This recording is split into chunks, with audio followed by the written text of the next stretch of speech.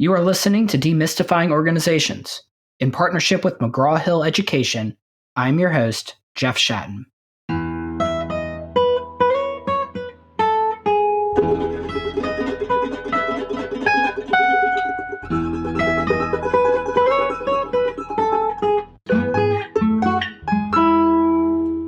Before we get started with today's guest, just a note, if you have questions or comments, you can email me at jeffshatten1@gmail.com. You can tweet me at Jeff Schatten. If you like this podcast, press the subscribe button and make sure to rate it on iTunes so that other people can find it.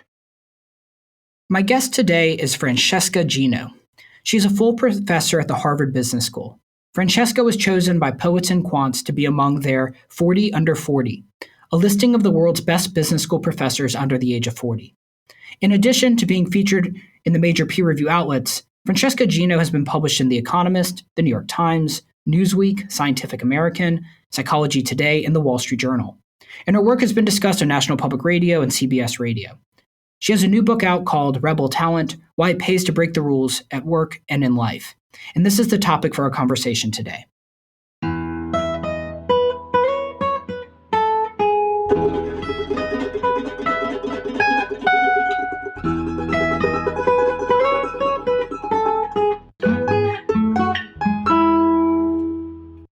Thank you so much for joining. Thank you so much for having me. So you have a book that's come out in the last 6 months or so called Rebel Talent. It's a remarkable book, and thanks for just coming on to talk about it. It's really nice to have the chance to talk about the ideas behind the book. So most businesses that we come across and most organizations that we talk about come with a lot of rules and a lot of policies and procedures that surround them. I mean, anyone who's been a part of any company is well aware just of how thick that handbook is about all the things that you can and can't do, and then all the norms that surround what's prohibited. And so you take a very different approach to how we should think of rules, and basically argue that rebels are in charge of the world. So what was your overall approach to this, and how did you come to this idea? For many years, I studied rule breaking in the moral sphere. So I was studying why is it that even good people who care about being good people break the rules and end up in trouble with that. So people who engage in misconduct, people who cheat, and what it is that organizations could do to make sure that that didn't happen. But in time, I began to notice that there were all sorts of a different side to rule breaking.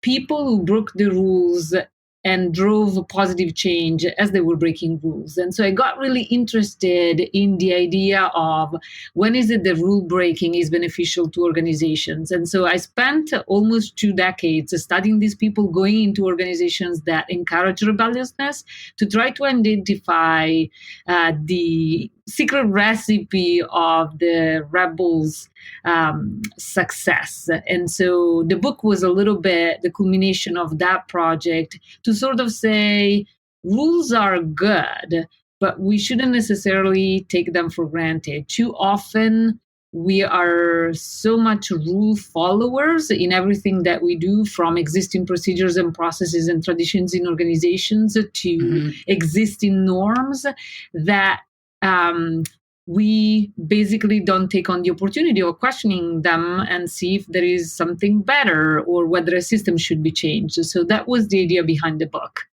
So this all comes into what we call the field of positive deviance, which is contrasted with the term in organizational behavior would be counterproductive work behaviors. So how should one think of rule breaking? Like, what are the positive forms of rule breaking that one should engage in or could engage in? It's a great question. I'll give you a concrete example, which is a story that really inspired me to try to be more systematic in the analysis of effective rule breaking. And the story is one of an Italian chef. Is now quite well known since his restaurant, Osteria Francescana, is not only a 3-Michelin star restaurant, but is also a restaurant that in 2016 became the best restaurant in the world. And in 2018, the restaurant was again at the top of the list of the world's best restaurant. And what is interesting about the story of Massimo Bottura is that he went to a context, traditional Italian dishes, and decided to reinvent how these dishes are made. And his story is a striking one because if you know anything about Italians, two things are true. One is that there are all sorts of rules when it comes to cooking, from the way my mother-in-law's Italian, and so you know, and you might also know that we cherish our old ways, especially when it comes to recipes that have been passed on for centuries. And so it was a striking example of a person who went to traditional Italian dishes, studied the traditions very carefully, but then he decided to reinvent them and he created something better. And so I was very much interested in situations where we take traditions, existing processes for granted, and maybe they've been there for years and following them doesn't quite make sense at this point in time. Or similarly, we follow people's behaviors when in fact it doesn't make sense to follow those norms, and we should spend more time being ourselves at work. Right. So there's actually neural pathways that get developed in our brain as we age, and we do the same thing over and over and over. And if you think about it, it's just like when you're driving, when you're 16 and you're first learning to drive, you're very conscious. Here's my hand on the wheel. Here's my hand on the brake. Here my foot on the brake. Here's when I'm turning. And then by the time you're 18 or 19, those neural pathways have been fully developed, and you don't even think about yourself as driving. And so organizations can sometimes function the same way, right? You can effectively be on autopilot. So I was just, if we can go, let's go back to the chef. And what does he do that takes it out of this autopilot or by rote process? Well, first of all, he approached traditional recipes with curiosity. He started asking questions. Why is it that we cook the dish this way? Maybe using these methods made sense 20 or 30 years ago, but in today's environment with the techniques and technologies that we have, it might not make sense. So curiosity is one of the talents that I talk about, and one of the talents that Effective Rebel seems to share. And it's quite striking to see that we are born with a lot of curiosity, each one of us. And yet, if you look at the data, curiosity is something that peaks at the age of 4 and 5, and then it declines steadily from there. Yeah, we're in the middle. I have a 3-year-old. We're in the middle of curiosity with why, and so what happens? There are lots of things that happen in the way of growing up and getting focused on getting things done or accepting existing ways of doing rather than approaching them with this sense of wonder and with this sense of explorations and why questions that you see in a 3 years old. And what's interesting is that I also collected data at the organizational level. So I was very curious about curiosity and why is it that organizations often shut it down. And so I collected it on samples of people who were about to start a new job. And if you look at their natural level of curiosity, is generally pretty high, some variations across industries and jobs, but generally pretty high. And when you go back to the same people 6 or 8 months later, at least in the data I collected, curiosity had dropped by 20% at least across the board. And that's a missed opportunity. I think there is a mindset that we seem to accept that if we stay curious, if we explore, if we ask why questions, all of a sudden we're going to be inefficient or ineffective. We're going to slow down and just experiment without really getting the work done. And if you look at the data, that mindset is wrong. There are, in fact, lots of workplaces that trigger and encourage curiosity, but they do so in a very disciplined way. And so the work is getting done, but you're not shutting down curiosity in a way that is costly to the organization. Okay, so what are some of the things that an organization can do to increase curiosity? So one thing that they can do is model the right behaviors to the employees. So what I loved about leaders like Chef Massimo Bottura is that they're the first one asking the question, what if?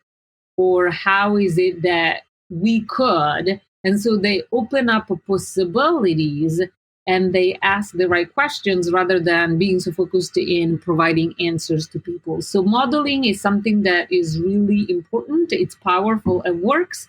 And so I think that leaders themselves or management themselves should be thinking differently about the role of modeling. Right. So we think of some of the most effective leaders as being amazing listeners and amazing question askers. Mm-hmm. Right. As opposed, so there's this misconception that the best leaders are a Jack Welch type, or it's a very much top down, heavy handed. Whereas some of our most effective leaders, what they're doing constantly all the time is just asking questions. Almost back to the 3-year-old example or the 4-year-old example of just trying to figure out what's going on and asking constant questions as a method of learning. That's exactly right. And in fact, just this morning, I was thinking about curiosity. I was working on a paper related to how organizations and leaders can trigger curiosity. And I was thinking back to a really famous quote by Peter Drucker. And he said that the most serious mistakes are not being made as a result of wrong answers, but the truly dangerous thing is asking the wrong questions. And I think, as you're saying, leaders who really get curiosity right, who keep curiosity alive, are leaders who are able to fuel the curiosity because they're asking the right questions. And they're also leaders who often think differently about how to reward explorations. There is a really interesting example that I talk about in the book that comes from Intuit. Intuit has innovation awards every year, and these go to explorations by people who were doing some experimentation and ended up, thanks to their explorations, to the creation of a new product or a new service. But interestingly, they also have failure awards. And these are awards that go to explorations that did not lead to any new product, but that led to important learnings for the team. And what's most interesting to me about this example is that the failure award comes with a failure party. So there is a real commitment about rewarding explorations that led to some important learning. So it's disciplined curiosity, if you will, that allows us to grow in whatever it is that we're doing. Right. So this connects to some of the ideas about process versus outcome in decision making. Mm-hmm. So if you look at the way many sports teams are run, people get, they're really excited if the team wins, they're really upset if the team loses. But the most important part is not the outcome, but the process. So did the coach make good decisions within the game? Sometimes good decisions lead to bad outcomes because you have uncertainty, and there's probabilistically sometimes things don't turn out. And so what the failure literature gets to, and why failures should be celebrated, is that it allows for celebrating good process even when it has poor outcomes. You said it beautifully, because often you actually see, especially in the media or in the press, often failure talked about as we should be open to it, or we should try to fail. And it's not about trying to fail, but it's trying to fail with discipline in a way that the process led to some important learnings. And that is one of the products of allowing for curiosity to really thrive in organizations. So we talked a little bit about the leader approach to curiosity. What happens within teams or within organizations where curiosity is not supported from the top down? What can people do once they're in a position, they're not, they're 20 years off from becoming a head of a division or a CEO or CFO? How can they still infuse their jobs with curiosity? Independent of where we sit in an organizational chart, I believe that we all have the possibility of asking good questions and be the one who can offer a different perspective whenever there is a problem. So sure, it's easier to do if you have a lot of power, if you have a lot of influence in the organizations, but as long as we don't forget about respect, and so our approach in asking questions or providing a different perspective to a problem is respectful, I think that there is a lot that we can accomplish independent of our role in the organizations. I see way too many employees across all sorts of organizations who just stand still. They're sort of waiting for their leaders to say, you know what, let's do things differently. And I think it's a missed opportunity. In the small, we can all model more curious behavior. We can be the first one asking why questions, again, in a very respectful manner.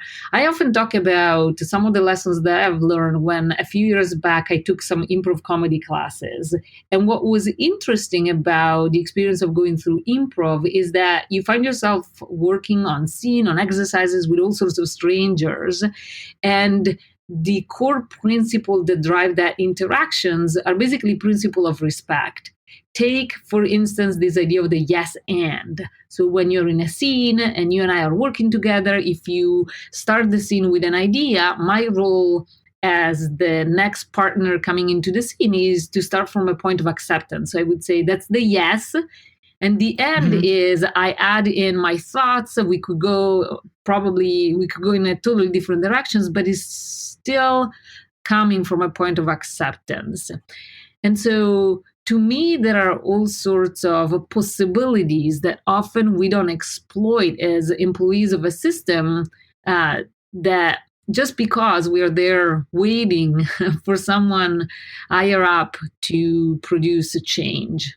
So I think the improv comedy is a great example. I actually did it when I was in college, and to contrast that with at least the perceived notion of many employees, right? So in improv comedy, it's a really low risk environment where the structure of improv comedy is supportive, and so everybody knows who steps into a new improv scene that it is a yes and environment. But often within organizations, whether it's just perceived or it's real, people feel that there's a high risk in taking on new approaches and asking lots of questions, in doing anything other than staying pretty silent. So I'll give an example, which is for my own career.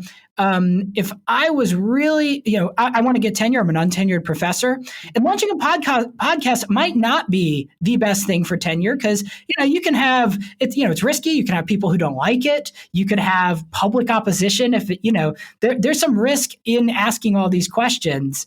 For someone who's untenured, and I'm not actually that nervous about launching a podcast, otherwise I wouldn't be doing it. But I can see why there'd be other people in organizations who would feel stuck, right? Where they think the risk of speaking up or asking questions is just too great, given that I have kids to feed, given that I feel uncertain about moving up in the organization. So how do you kind of balance that risk on, risk off question? I go back to this idea of respect. I have seen rebels fail. I would call them ineffective rebels, probably people I wouldn't talk about in the book. In fact, there is a very concrete example. When the book came out last May, one of my students from 2 years prior wrote me a really nice note. It was quite short. It said, "Hi, Professor. I saw the book. I bought the book. I read the book. I think you need to change the subtitle." The subtitle is "Why It Pays to Break Rules in Life and at Work." And I was curious, so I scheduled the time to talk to him. And basically what I could gain from the discussions with him was that he clearly had all the talents that I discussed in the book, and he thought that using them didn't work out for him. And from the examples that he was telling me about, I actually couldn't figure out what it is that wasn't working for him. So I decided to offer going to his work, since his work is right outside of Boston, and basically follow him for a couple of days. And right after the first 3-4 hours, I had the answer. It was a perfect case where he clearly had a lot of authenticity, clearly had a desire for novelty, challenge himself, showing up with curiosity, but it was lacking on perspective. The fact that when we approach problems, we're usually very, very focused on our own view of the world. We're not that open to the perspective of others. So, for example, I saw him in a meeting. Everybody was talking about a decision that the group was going to take, and the people who talked before him were all agreeing that there was a certain way of looking at the problem. And he raised his hand, his face was really angry, and then by the time he was is time to talk. He basically said, look, I can see why you're all looking at the problem this way, but it's the wrong way. And what I suggest we do instead is, and then he went on talking about his idea. So it was a perfect example where his belief was different, but the way he interacted with his colleagues was not a way that showed perspective, and it was a way of not really relying on this idea of being respectful and starting from a point of acceptance. And so often rebels feel frustrated almost because they don't see the organization changing fast enough or listening to their ideas, and that frustration turns into arrogance rather than respect and perspective. So you brought up some of the issues of diversity within teams and people having different opinions.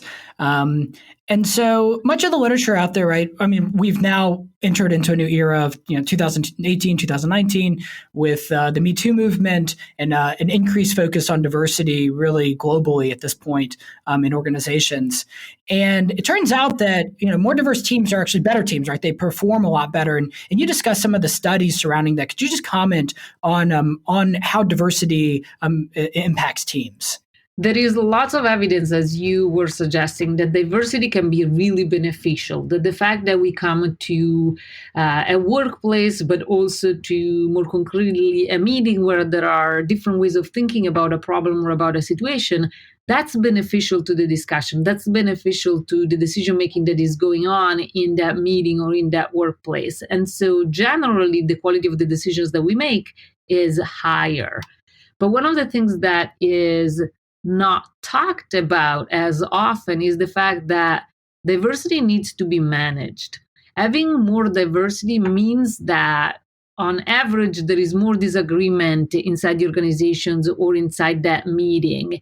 And right, because people are the exact same. If you have a really homogeneous group and everyone's the same, they tend to feel better about their group. Exactly. They tend to feel more connected. And these are all we think of these as positive attributes of a team, but they're not as effective in terms of their outcomes. That's exactly right. And so bringing more diversity often means bringing more disagreement or bring in more views that are going to challenge our own perspective. And so in the moment, it's not pleasant. It's a little bit like thinking about going to the gym. If you've been out of healthy habits for a while, as you go to the gym, in the moment, it's not that pleasant, but there are clearly benefits that are going to emerge in the longer term. Same thing is with diversity. And one of the things that does help is thinking differently about these differences. And so one of the shift in mindset that I've seen working quite well in a few organizations is this idea of not talking about diversity as a problem to solve, but talking about diversity as an opportunity to leverage difference. And so the framing is already positive, and then we can talk about strategies that we can use to manage those interactions so that the differences are really leveraged with benefit for the group and for the organization.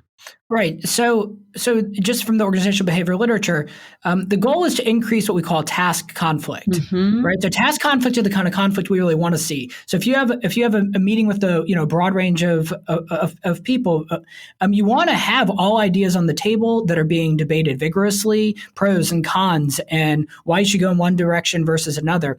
But at the same time, you want to limit personal conflict, right? So it should not be finger pointing and about individuals. It's just about trying to bring the best ideas to the table.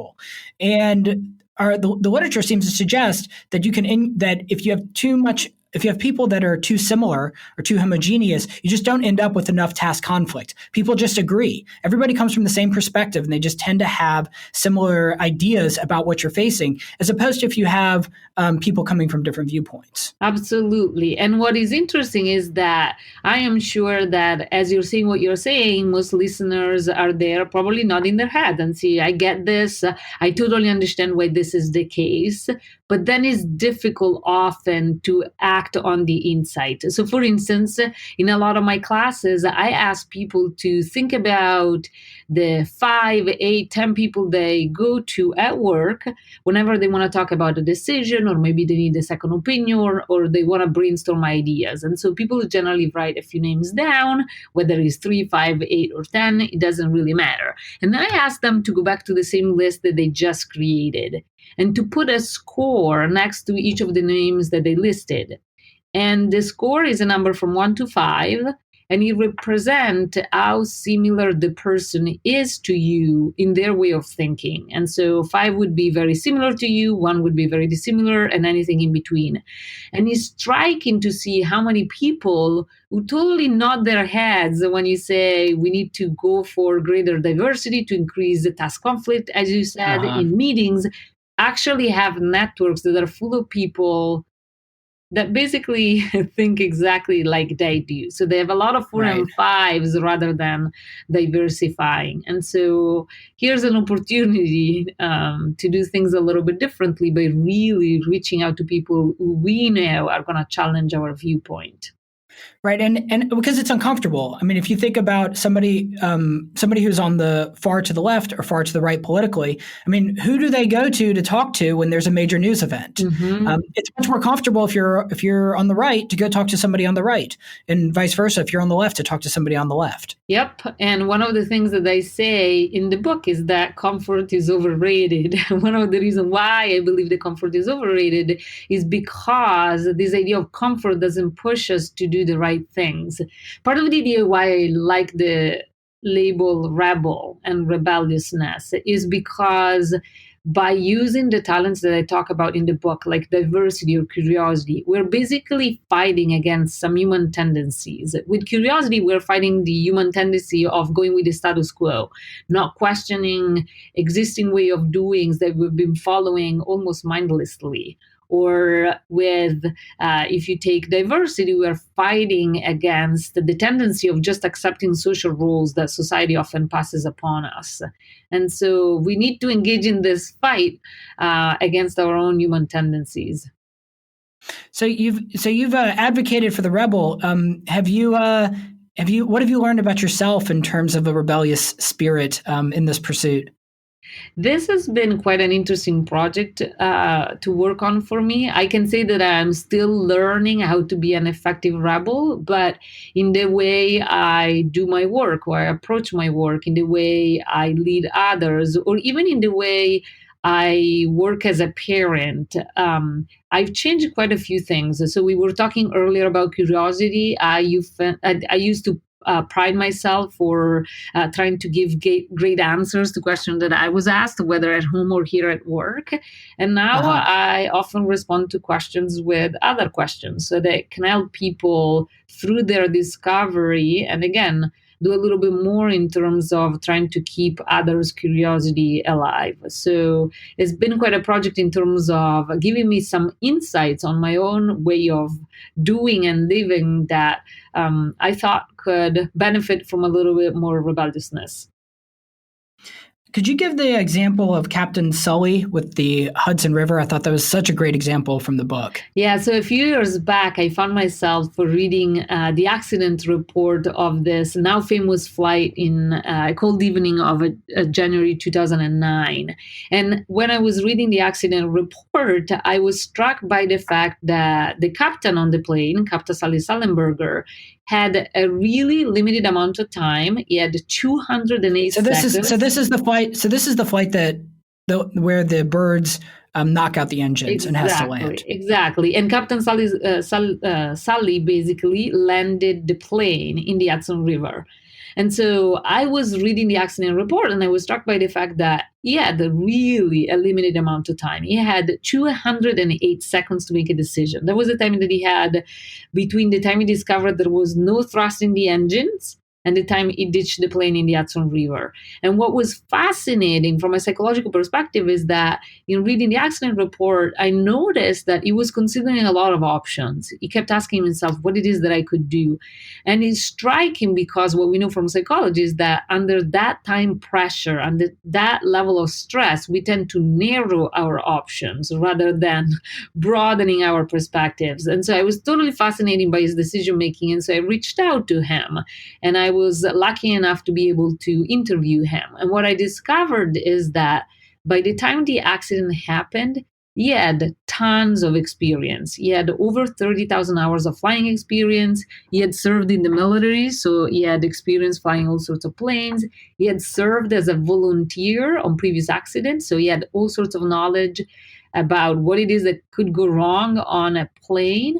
And yet, every time he walked into the cockpit, he would ask himself what it is that could be different today on that flight.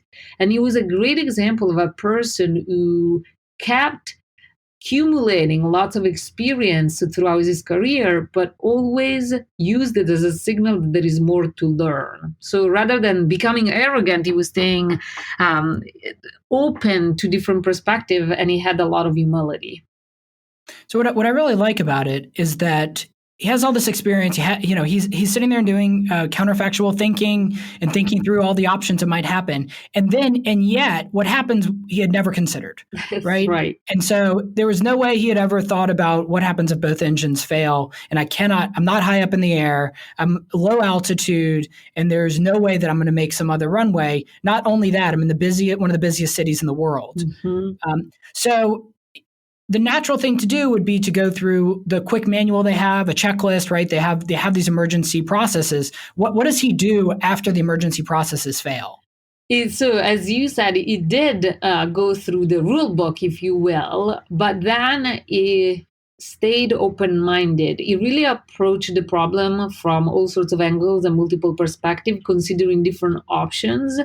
And rather than going to the most obvious answer, which probably would have been to land at the closest airport, he instead came up with a rather creative solution, which was to land in the Hudson River. And so it's that ability to have perspective, which I think is a wonderful characteristics and dimension for all of us to keep in mind and to try to further develop. I thought you had an interesting personal example.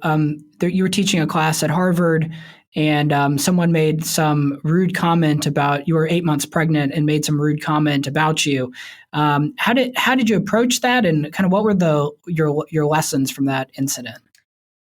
I mentioned that example as a way of saying that often we all have experiences that maybe don't go as well as we would hope, but there is always the possibility of learning. For me, that was an opportunity to learn to find ways to show up in class with my own skin, with my own authenticity. So in a sense, bring what I could offer to the class without being too scared, but also realizing that, again, there are also such of stereotypical views out there. And in a sense, we can let them create a barrier and scare us in the way we act and in what we do at work, or feel excited about the opportunity of changing them. And there is now really good research coming out of leadership studies showing that when we let these stereotypical views be barriers, and so we are anxious as we're facing situations where those stereotypical views could come into play, rather than really seeing them as an opportunity to prove them wrong, we end up performing worse. And so trying to feel the excitement in the opportunity is much better in terms of our performance, how we approach the situations emotionally, than seeing the potential problems and feeling anxious about it. Right. So one of the real damages of stereotypes is that it affects our self-narratives. Mm-hmm. And we have what's called a self-fulfilling prophecies, where you tell yourself a narrative that I'm really good at this, I'm going to succeed in this area, or I really struggle at math, or I really struggle at science, or I struggle at English, and then you proceed to struggle at it. And one of the big problems of stereotypes is that it feeds that negative self-narrative. And so the stories that we say, if we're told something negative over and over and over about ourselves, we tend to tell ourselves a negative story, and then we fulfill that negative self-fulfilling prophecy. So I think it's interesting the way that you can change that by changing your own internal dialogue. Exactly. And sometimes it is as easy as viewing something, a situation that stresses us out, and so tend to raise our anxiety, as one where we have an opportunity to learn, to perform, or to prove somebody that they're wrong. And that reframing from anxiety to excitement is something that is quite powerful in allowing us to approach the situations with fewer nerves and with the excitement that we might, again, do quite well in that situation. All right. Well, we're about out of time. I want to thank you so much for coming on the podcast today. Thank you so much, Jeff, for having me. All right. It's been a pleasure. Thanks for listening to the podcast today. If you have any questions or comments, you can email me at jeffshatten1@gmail.com. You can tweet me at jeffshatten. If you like this podcast, press the subscribe button and make sure to rate it on iTunes so that other people can find it.